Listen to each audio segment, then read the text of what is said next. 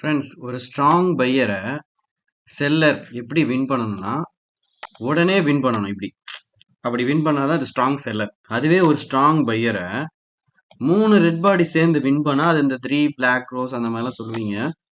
இந்த மாதிரி வின் பண்ணா இப்படிலாம் இருந்துச்சுன்னா யார் ஸ்ட்ராங்னு அர்த்தம்னா பையர் தான் ஸ்ட்ராங். எப்பயுமே ஒரு கேண்டில் ஸ்ட்ராங்கா இருக்குன்னா அந்த கேண்டில எப்படி வின் பண்றாங்கன்றது ரொம்ப முக்கியம். ஸோ இந்த பையரை 3 பேர் அடிச்சாலுமே அடுத்து யார் வருவாங்கன்னா பையர் தான் அப்படி வருவாங்க. மறுபடியும் என்ன பண்ணுவான், ட்ரெண்டு இப்படிதான் ஏறுவான். இப்படி ரெட்டு வந்து கீழே விக் இருந்தா இன்னும் சூப்பர் உங்களுக்கு. இதுக்கப்புறம் மார்க்கெட் சூப்பரா ஏறுவான். ஏன் சொல்றேன்னா பையர் அகைன் இங்க இந்த லெவல் வந்ததுக்கு அப்புறம் மார்க்கெட்டை புல் பண்றதுக்கு ஒரு பையிங் ப்ரெஷர் வரான் பாத்தீங்களா, தென் ஆட்டோமேட்டிக்கா மார்க்கெட் என்ன ஆகும், மேலதான் போவான். இது யாரு, இது செல்லர் தான் ஸ்ட்ராங். மறுபடியும் என்ன பண்ணுவான், மார்க்கெட்டு இந்த இடத்துல ஒரு ஷூட்டிங் ஸ்டார் இப்படி போட்டு அகைன் இப்படிதான் இறங்குவான். ஸ்ட்ராங் பையரை 3 ரெட்டு வின் பண்றாங்க. ஆனா விக்கு கீழே வந்தது மார்க்கெட் அங்கேயே பை ஆகி மேல போகுது பாருங்க. செல்லர் ஆனா மார்க்கெட் கஷ்டப்பட்டு ஏறினாலும் இவ்வளவு பெரிய செல்லரை இத்தனை கேண்டில் சேர்ந்து சண்டை போட்டாலும் மார்க்கெட் மேல போக முடியல. கரெக்டா அந்த இடத்துல வந்து என்ன பண்றான், வின் பண்றான்.